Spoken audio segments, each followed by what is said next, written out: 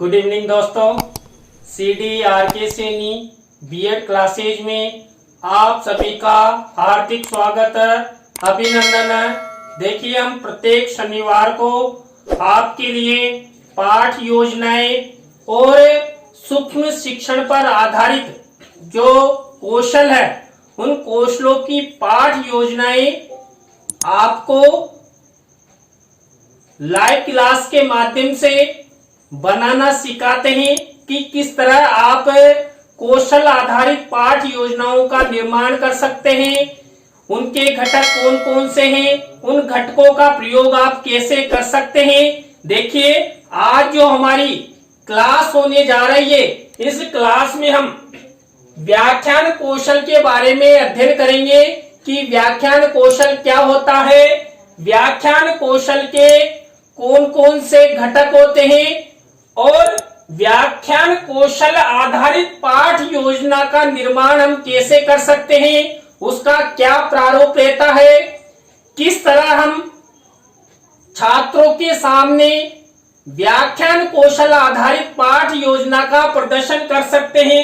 तो इन सब के बारे में आज की सायंकालीन क्लास में आपको अधिगम करवाया जाएगा। तो आप सब क्लास को मिस नहीं करें, पूरी क्लास में अंत तक बने रहें, तो आपको व्याख्यान कौशल पर आधारित पाठ योजनाओं के बारे में अच्छा अधिगम हो सकेगा। और यदि आप हमारे चैनल पर पहली बार आए हैं तो हमारे चैनल को सब्सक्राइब करें और पास ही बने बेल आइकन के बटन को दबा देंगे, जिससे हमारे YouTube चैनल पर जब भी वीडियो अपलोड किए जाते हैं या लाइव क्लास चलाई जाती है तो उनके नोटिफिकेशन आपको मिल सके। तो आइए देखते हैं व्याख्यान कौशल के घटक। सबसे पहले हम व्याख्यान कौशल के घटकों के बारे में अध्ययन करेंगे कि व्याख्यान कौशल के कौन कौन से घटक हैं जिनका आपको पाठ योजना यानी कि व्याख्यान कौशल आधारित पाठ योजना का निर्माण करते समय विशेष ध्यान रखना होगा। और उन्हीं घटकों का यदि आपने प्रयोग किया तो आपकी पाठ योजना सही होगी और आपका पर्यवेक्षक भी आपको अच्छे अंक प्रदान करेगा। तो देखिए, पहला घटक है व्याख्यान के मुख्य बिंदुओं का प्रयोग। देखिए, हम जिसकी भी व्याख्या करने जा रहे हैं उसकी संपूर्ण व्याख्या हमारे द्वारा की जानी चाहिए। उस टॉपिक पर आधारित कौन कौन से बिंदु हैं, कौन कौन से शब्द हैं, कौन कौन से सेंटेंस है, उन सब का हमारे द्वारा व्याख्यान कैसे किया जाए, ये सब आपको विशेष ध्यान रखना होगा। दूसरा घटक है व्याख्यान में प्रयुक्त भाषा सरल एवं स्पष्ट होनी चाहिए। देखिए, दूसरे घटक के अंतर्गत आपको विशेष ध्यान रखना होगा कि जब आप कक्ष में व्याख्यान कौशल प्रस्तुत करें तो आपकी भाषा सरल होनी चाहिए, स्पष्ट होनी चाहिए, जिससे छात्र समझ सके और अच्छा अधिगम कर सके। क्योंकि व्याख्यान में एक अध्यापक लगातार व्याख्यान करता रहता है और छात्र ध्यान पूर्वक सुनते हैं, इसलिए आपकी भाषा सरल और स्पष्ट होनी चाहिए। थर्ड घटक है व्याख्यान में उचित यति गति, आरोह अवरोह, उतार चढ़ाव का प्रयोग आपको करना है। जब आप किसी गद्य, किसी पद्य, कविता के बारे में व्याख्यान कर रहे हैं तो आपने जो भाषा का प्रयोग किया और भाषा के शब्दों में आपकी यति गति में, आरोह अवरोह में उचित ध्यान रखते हुए शब्दों के अनुसार उतार चढ़ाव का प्रयोग आपको करना होगा। तो ये तीन घटक हो गए हैं। चौथा घटक है बोध परीक्षण। जब आप व्याख्यान प्रस्तुत कर रहे हैं तो बीच बीच में आपको छात्रों का बोध परीक्षण भी लेना है, यानी कि जिस टॉपिक पर आधारित आप व्याख्यान करने जा रहे हैं, कर रहे हैं, तो उनमें से छोटे छोटे प्रश्न आपको बीच बीच में करने हैं और ये सब अभी हम जब पाठ योजना निर्माण करते समय उसका प्रस्तुतिकरण का अध्ययन करेंगे तो आपको सब समझ में आ जाएगा। इसके बाद 5वां घटक होता है दृश्य श्रव्य उपकरणों का प्रयोग। देखिए, आप व्याख्यान कौशल के अंतर्गत किसी टॉपिक पर भी व्याख्या कर सकते हैं, उसके साथ साथ दृश्य श्रव्य उपकरणों के माध्यम से भी आप व्याख्यान कर सकते हैं। ये भी हमारे द्वारा आपको बताया जाएगा किस तरह आप चित्र की व्याख्या कर सकते हैं। तो व्याख्यान कौशल में दृश्य श्रव्य उपकरणों का भी प्रयोग किया जाता है। इसके बाद छठा घटक है अंतर क्रिया में परिवर्तन। देखिए, जब व्याख्यान के समय छात्र और शिक्षक में जो कम्युनिकेशन होता है, संप्रेषण होता है, उसके द्वारा छात्रों की क्रिया में परिवर्तन होना चाहिए। क्योंकि एक छात्र अध्यापक के द्वारा जब किसी टॉपिक का व्याख्यान किया जाता है, किसी दोहे का, कविता का व्याख्यान किया जाता है, तो उस कविता की व्याख्या सुनकर छात्रों में अंतर क्रिया हो जानी चाहिए। कुल मिलाकर छात्रों को उसके बारे में अच्छा अधिगम हो जाना चाहिए, तब जाकर आपका व्याख्यान कौशल प्रभावशाली होगा, अच्छा अधिगम वाला होगा। इसके बाद 7वां घटक है कक्षा अनुरूप ध्वनि का प्रयोग। देखिए, आप जब व्याख्यान कौशल आधारित पाठ योजना का प्रस्तुतिकरण कर रहे हैं, उस समय आपकी आवाज, आपकी ध्वनि कक्षा में बैठे हुए छात्रों के अनुरूप होनी चाहिए। यानी कि लास्ट में पीछे पीछे जो भी छात्र बैठा हुआ है उस तक आपकी आवाज जानी चाहिए। तो कक्षा अनुरूप ध्वनि का प्रयोग इस व्याख्यान कौशल के अंतर्गत किया जाता है। 8वां घटक है अप्रासंगिक एवं निरर्थक कथनों का प्रयोग। देखिए, आप जब व्याख्यान कर रहे हैं तो उस समय आपका जो प्रसंग है, जो टॉपिक है, उससे हटकर आपको बिल्कुल भी अप्रासंगिक और निरर्थक कथनों का प्रयोग नहीं करना है। आपको टॉपिक पर ही व्याख्यान देना है, ये विशेष ध्यान रखना है। तो यदि आप इन 8 घटकों का प्रयोग करते हैं तो आपकी व्याख्यान कौशल आधारित पाठ योजना अच्छी बनेगी। आपका कक्षा कक्ष में व्याख्यान कौशल आधारित पाठ योजना का प्रस्तुतिकरण अच्छा होगा, प्रभावशाली होगा, छात्रों के अधिगम के लिए होगा और छात्र अच्छा ज्ञान प्राप्त कर सकेंगे। इसके बाद हम देखते हैं व्याख्यान कौशल आधारित पाठ योजना का प्रारूप। देखिए, जब आप अपनी माइक्रो टीचिंग की डायरी में व्याख्यान कौशल आधारित पाठ योजना का निर्माण करते हैं तो ये प्रारूप रहता है। देखिए, यहाँ पर सबसे पहले मैंने शामपट कार्रवाई ऊपर लिख रखी है। इसमें आप कौशल का नाम, कक्षा, दिनांक, इसके बाद जो विषय की पाठ योजनाएं आप बना रहे हैं, यदि भाषा आधारित व्याख्यान कौशल आप करना चाह रहे हैं तो यहाँ पर गद्य, पद्य, व्याकरण जो भी विधा लिख सकते हैं। और यदि आप गणित, विज्ञान, सामाजिक अध्ययन आदि की पाठ योजना बना रहे हैं तो यहाँ विधा नहीं लिखनी है। इसके बाद समय लिख देंगे 5 से 7 मिनट और 20 सेंटर में आपको प्रकरण लिखना है और इन्वर्टेड कॉमास में उसको बंद करना है। इसके बाद देखिए ये प्रारूप छात्र अध्यापक, छात्र अध्यापिका क्रिया। यदि आप छात्र अध्यापक हैं तो छात्र अध्यापक क्रिया लिखेंगे और यदि आप छात्र अध्यापिका हैं तो छात्र अध्यापिका क्रिया लिखेंगे। इसके बाद छात्र छात्रा क्रिया वाला कॉलम बनाएंगे। इसके बाद शामपट कार्य और शिक्षण सहायक सामग्री का इस तरह कॉलम, इस तरह का प्रारूप आप बना देंगे।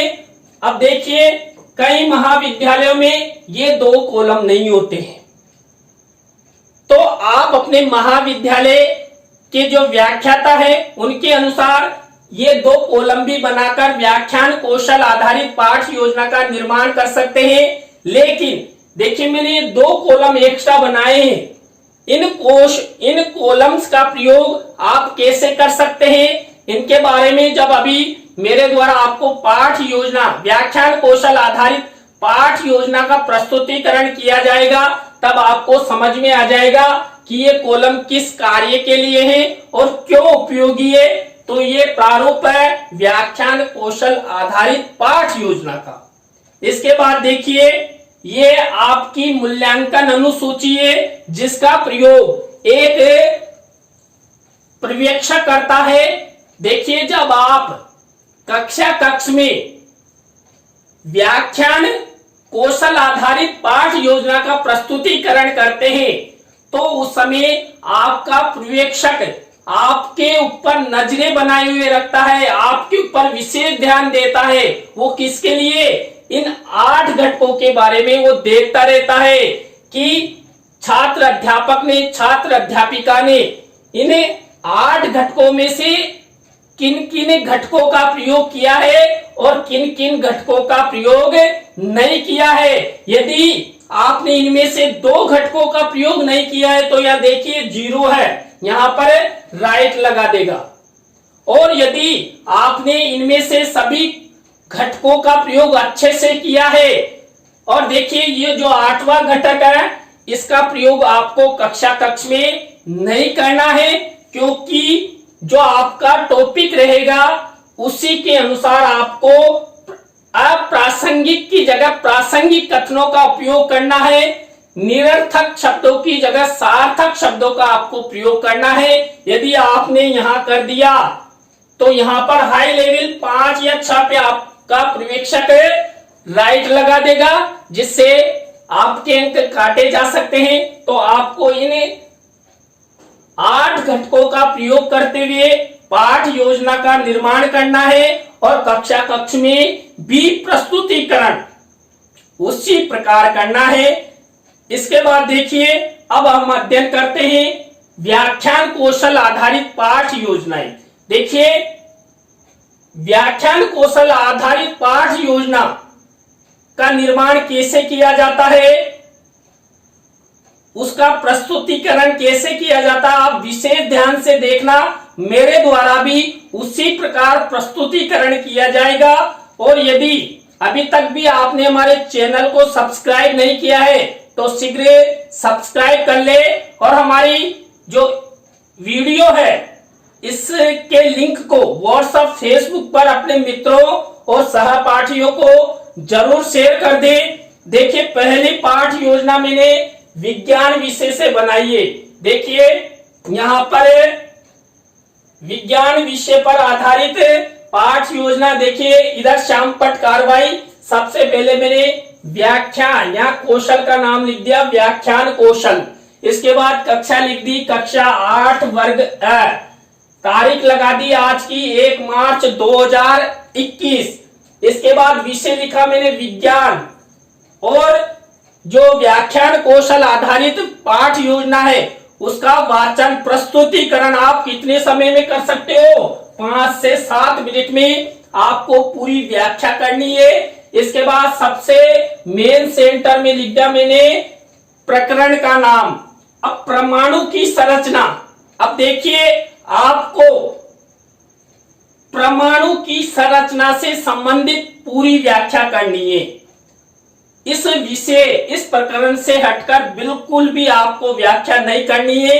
यहां पर देखिए, आप 2 प्रकार से व्याख्या कर सकते हैं। एक तो यहाँ पर शिक्षण सहायक सामग्री। शिक्षण सहायक सामग्री क्या है? ये मिनीचर है। शिक्षण, यहाँ पर देखिए परमाणु की संरचना, इस तरह का चित्र बनाकर आप डायरेक्ट बच्चों को दिखाकर उसकी व्याख्या कर सकते हैं। इसके बारे में बता सकते हैं कि परमाणु क्या होता है, परमाणु कैसे बनता है, उसमें कौन कौन से तत्वों का मिलन होता है। या आप इस तरह किसी मिनीचर पर देखिए, ये भी आपको मिनीचर लगाना है इस तरह कलर का। ये मिनीचर है, इस पर देखिए मैंने रंगीन मिनीचर बनाया ग्रीन कलर का। इस पर मैंने इस परमाणु की संरचना के बारे में लिखा है। तो आप सब भी परमाणु की संरचना के बारे में या तो लिखकर उसका व्याख्यान कर सकते हैं या चित्र के माध्यम से आप उसकी व्याख्या कर सकते हैं। देखिए जो मैंने लिखा है, अब आपको जो हमने 8 घटक पढ़े हैं, इसका प्रस्तुतिकरण करते समय उन 8 घटकों का विशेष ध्यान रखना है कि आपने कौन कौन से घटकों का प्रयोग किया है कि नहीं किया है। यह आपका पर्यवेक्षक आपको देखता रहेगा, इसलिए इसकी प्रस्तुतिकरण के समय, व्याख्यान के समय आपको उन 8 घटकों का विशेष ध्यान रखना है, जिससे आपका व्याख्यान अच्छा हो। देखिए यहां पर मैंने परमाणु के बारे में कंप्लीट व्याख्या कर दी है, और कक्षा कक्ष में आपकी आवाज, कक्षा कक्ष में बैठे हुए छात्रों के अनुरूप होनी चाहिए। देखिए यहां पर श्रव्य दृश्य चित्र का भी मैंने प्रयोग किया है। दृश्य चित्र के माध्यम से मैं व्याख्या कर सकता हूं। छात्रों और शिक्षक के बीच में इस चित्र के माध्यम से, इस व्याख्या के माध्यम से अच्छा कम्युनिकेशन, अच्छी अंतरक्रिया हो सकती है। छात्र अच्छा अधिगम कर सकते हैं, क्योंकि छात्र चित्र के माध्यम से शीघ्र सीखते हैं। तो ये हुई हमारी पहली व्याख्यान आधारित पाठ योजना। दूसरी पाठ योजना देखिए, ये हमारे चैनल का कीवर्ड है CDRK सैनी।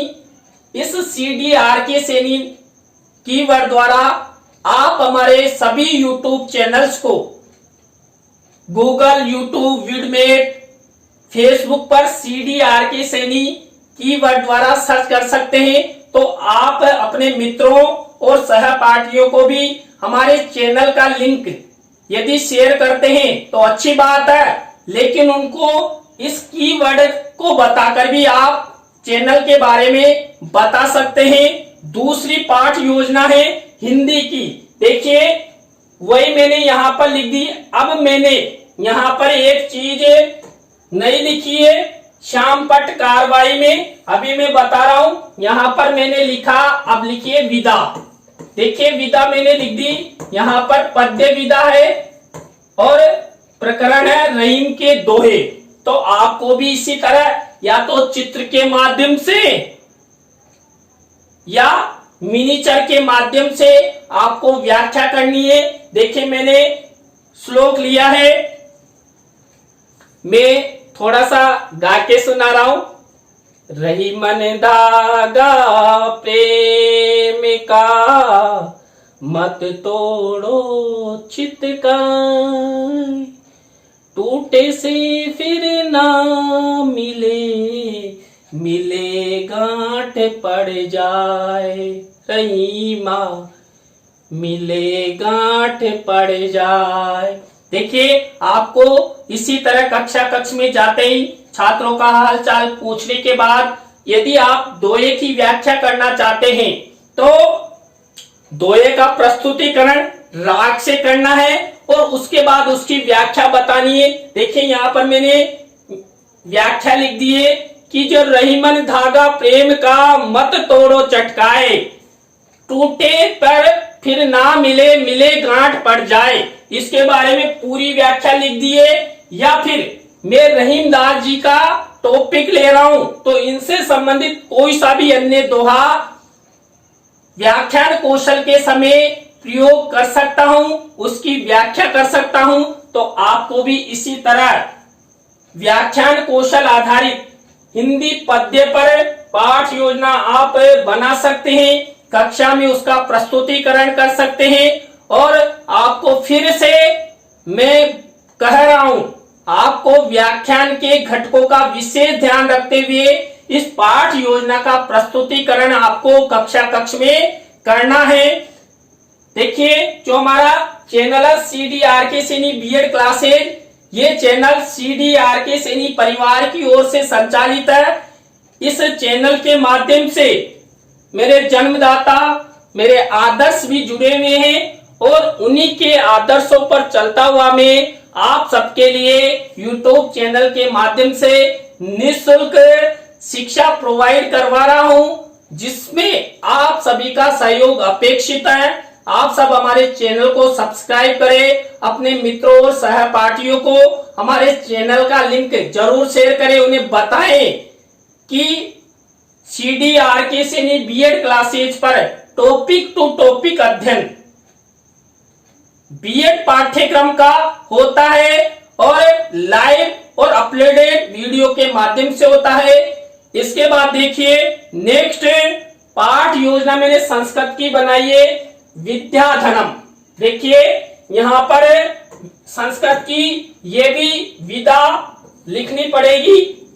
यहाँ पर मैंने लिख दिया विदा और इसका पद्यम, पद्य विदा है और मैंने श्लोक लिया है न चोरहार्यम न च राजहार्यम न भातृभाजम न च भार्यकारी वे कृते वृद्धते नित्यम विद्याधनम सर्व धन प्रधानम। देखिए जो विद्याधन होता है वो सभी धनों में प्रधान होता है और विद्याधन को न तो चोर चोरी कर सकता है और न ही राजा ले सकता है, हरण कर सकता है। और विद्याधन को कभी भी आपस में भाइयों में बांटा नहीं जा सकता, क्योंकि जिसके पास विद्याधन होता है वो उसी का धन होता है, स्वयं का धन होता है। और ये धन कौन सा धन है? विद्याधन शरीर के लिए भारकारी भी नहीं है, किसी प्रकार का कोई वजन नहीं होता है और ना ही किसी तरह की कोई परेशानी उत्पन्न करता है। विद्याधन को हम जितना अधिक खर्च करेंगे, विद्याधन को जितना अधिक हम खर्च करेंगे वह उतना ही बढ़ता जाएगा। यानी कि जितना अधिक हम पढ़ाएंगे हमारा ज्ञान उतना ही बढ़ता जाएगा, हम में अधिक अनुभव आते जाएंगे। विद्याधनम धनम सर्वधर्म धन प्रधानम। देखिए विद्याधन सभी धनों में प्रधान होता है, क्योंकि यह न तो भारकारी होता है और खर्च करने पर अधिक बढ़ता है। देखिए आप चित्र के माध्यम से भी आप व्याख्या कर सकते हैं या मिनीचर के माध्यम से भी आप व्याख्या कर सकते हैं। देखिए हमारे चैनल का मोनो है CDRK Saini BEd classes by CL Saini. तो आप हमारे चैनल को सब्सक्राइब करें, वीडियो अच्छी लगती है तो लाइक कमेंट और शेयर जरूर करें। नेक्स्ट पाठ योजना देखिए मैंने सामाजिक अध्ययन से लिए। सामाजिक अध्ययन के अंतर्गत देखिए अब ये श्याम पट कार्य का मिनीचर देखिए, तीन तरह से आप व्याख्या कर सकते हैं। देखिए पहली तरह से व्याख्या तो आप मिनीचर के माध्यम से कर सकते हैं, आपको इस तरह का मिनीचर लगाना है। दूसरा आप जो ही कक्ष में जाते हैं श्याम पट पर ये 2 पॉइंट, सबसे पहला पॉइंट लिखना नंबर 1 एकल परिवार। और एकल परिवार के बारे में आप छात्रों को बता सकते हैं कि एकल परिवार छोटा परिवार होता है और एकल परिवार में माता पिता और भाई बहन होते हैं। एकल परिवार में बालक बालिका का सर्वांगीण विकास नहीं हो पाता है, वो एकल जीवन यापन करते हैं। फिर आप दूसरा पॉइंट लिखेंगे, वही अंडरलाइन करेंगे वहां पर भी कि संयुक्त परिवार बृहद परिवार होता है।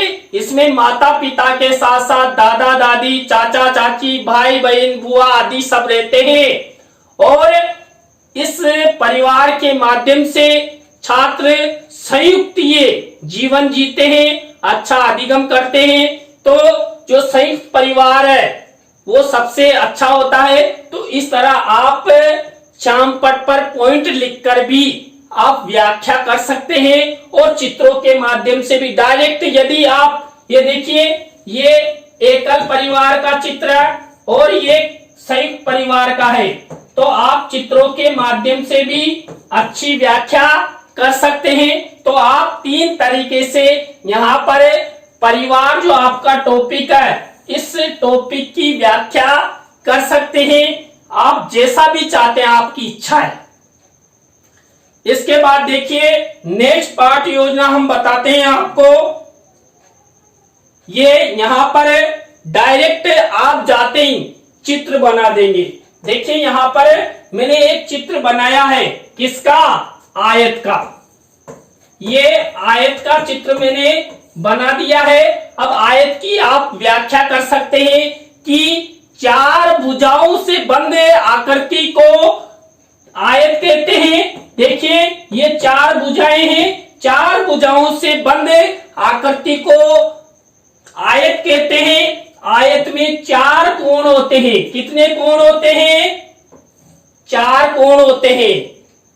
और चारों कोणों का मान कितना होता है? 360 डिग्री। कितना डिग्री होता है? 360 डिग्री। और 3 बिंदु होते हैं, 4 शीर्ष होते हैं, और इसे हम बिंदु भी कह सकते हैं। और देखिए यदि इनको रेखाओं के माध्यम से काटा जाए तो यहां पर कितने त्रिभुज बन जाएंगे। इस तरह आप चित्र बनाकर भी अच्छी व्याख्या कर सकते हैं, बच्चों को बता सकते हैं। तो आप विशेष ध्यान रखें, इस तरह आपको व्याख्या करनी है। इसके बाद देखिए नेक्स्ट हमारी पाठ योजना है। ये मैंने चित्र बना दिया, या चित्र में घर से बनाकर ले आया, तो इस चित्र को दिखाकर भी मैं व्याख्या कर सकता हूं कि ये गाय का चित्र है और ये हमें दूध देती है। इसका दूध सुपाच्य होता है, और ये इसका जो दूध है वो बालकों के लिए अच्छा होता है, सुपाच्य होता है, बलवर्धक होता है। और देखिए जो गाय के बछड़े होते हैं वो खेती कार्य में भी सहयोग करते हैं। बेल बना दिए जाते हैं जिनके माध्यम से किसान खेती कर सकते हैं। तो इस तरह आप चित्र के माध्यम से व्याख्या कर सकते हैं। तो देखिए आप सबको बहुत बहुत धन्यवाद। राम राम सा। जो आप सब हमारी क्लास के अंत तक बने रहे और व्याख्यान कौशल के बारे में, व्याख्यान कौशल के घटकों, व्याख्यान कौशल आधारित पाठ योजना का निर्माण कैसे करते हैं, कैसे उसका प्रस्तुतिकरण करते हैं, इस सब के बारे में जाना।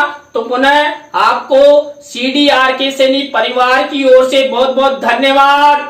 कल इसी समय फिर आपसे मिलेंगे, वही CDRK सैनी BEd क्लासेज पर।